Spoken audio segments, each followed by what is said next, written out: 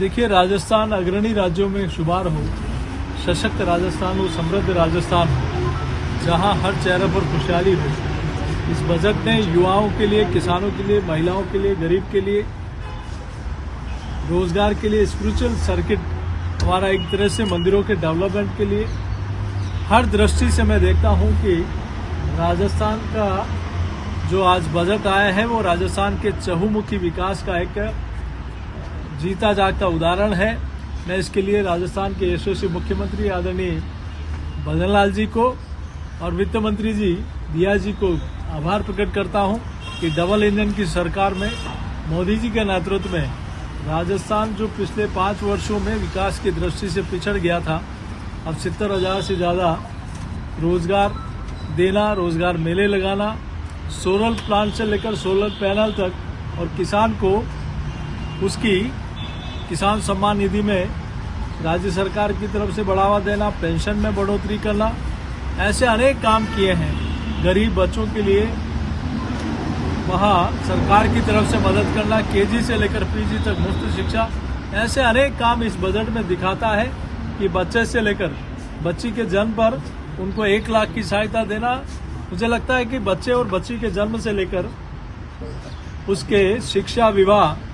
और किसान की समृद्धि और सुरक्षा को लेकर सारी बातों का समावेश इस बजट में दिखाई देता है। महाराणा प्रताप सर्किट से लेकर 20 मंदिरों का जो हमारी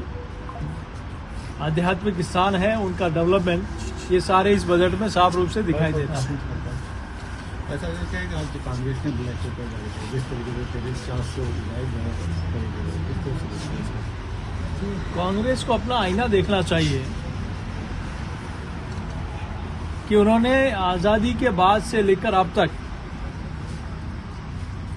इतने वर्षों तक देश और प्रदेशों में शासन किया। इस देश की प्रगति और उन्नति में